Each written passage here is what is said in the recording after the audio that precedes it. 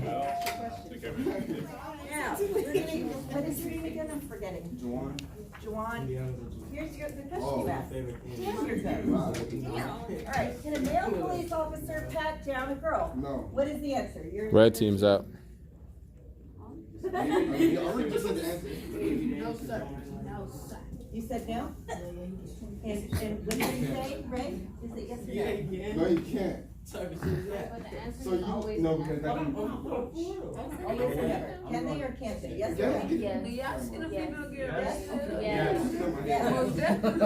Okay. Now, the answer is yes.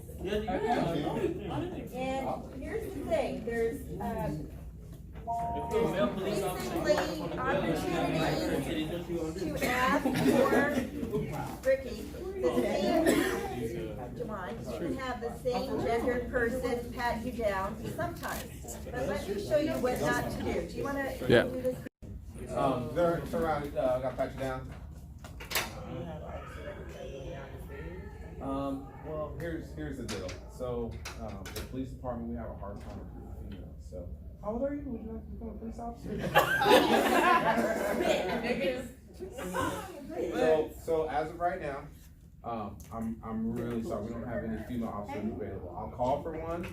If I don't get one within a minute, I'm gonna have to call. But here's the deal. And here's the deal with pat searches, okay? So when we talk about like pat frisking, we're doing it for officer safety. So that means we think that there may be a weapon or something like that. So if I think that there is a weapon, or I think that, you know, I've gotten a call saying somebody may have had a knife or something like that, and I need to pat her down, there is no way that I'm going to wait for an officer to come from 15, 20 minutes away to come do this pat down that I'm supposed to do to make sure there's no weapons on her. Because then that takes away my safety, right? If I say that, hey, I'm doing this for officer safety, that takes that away. Now, when it comes to searching, that's a little bit different. I may pat her down, but then I may call for, see if a female can come search.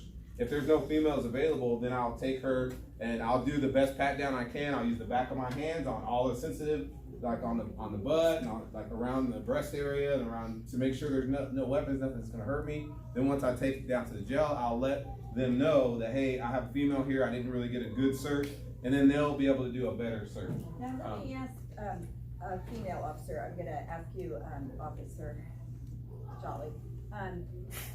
If an officer's hands linger in your private parts, if you're male or female, okay?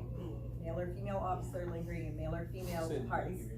Yeah, you know, officer. Lay down for a while. Lingering. What's the right way to handle that? If I'm the person that's. No. I'm asking you. No, I'm saying I'm getting patted down and the officer has lingering hands. Yeah. Oh. No, I'm asking you as an officer, what is the right way for a young person to handle that? Oh. Oh. Can you what? She says, Go ahead. Hit him. She said hit him. Can we hit him? No. Oh, no, you can't hit him. No. So, even if they use their palms to touch you in your boobies and stuff? So if it's a male, like he said, he's going to do the back of his hand. If it's a female, But what if he's don't? Can you hit him then? So here's no, the deal. you still don't. Yeah. You still don't hit them. So for Austin, and I'm not sure about the other jurisdictions, we always make sure that we have cameras. Before we even had body cameras, we would not search a female until we were like in front of a vehicle, in front of a camera with another officer present.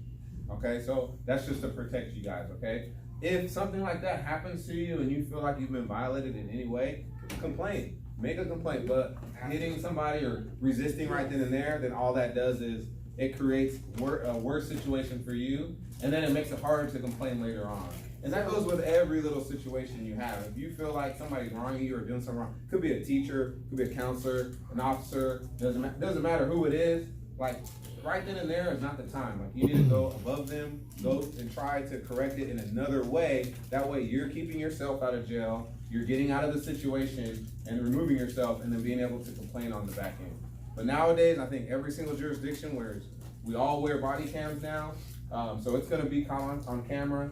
And make sure there's always, if you're just the only female. Now, if it's a pat down, like I said, for officer safety, you may get patted down really quickly, like a quick one, just make sure there's no weapons.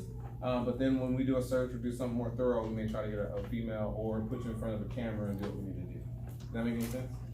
Please do not hit police, okay? I'm not kidding. I see so many kids get arrested for minor things. The other thing, could you stand here for a second, Officer Bohannon?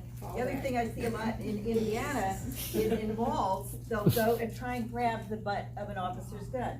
Not, I don't know, it must be, I think it's so boring in Indiana, they do that, but, oh, don't do that on record. But don't take those risks. That's the main thing we're saying. Okay, does this make sense, and does it make sense to you why it's so important to get more women officers?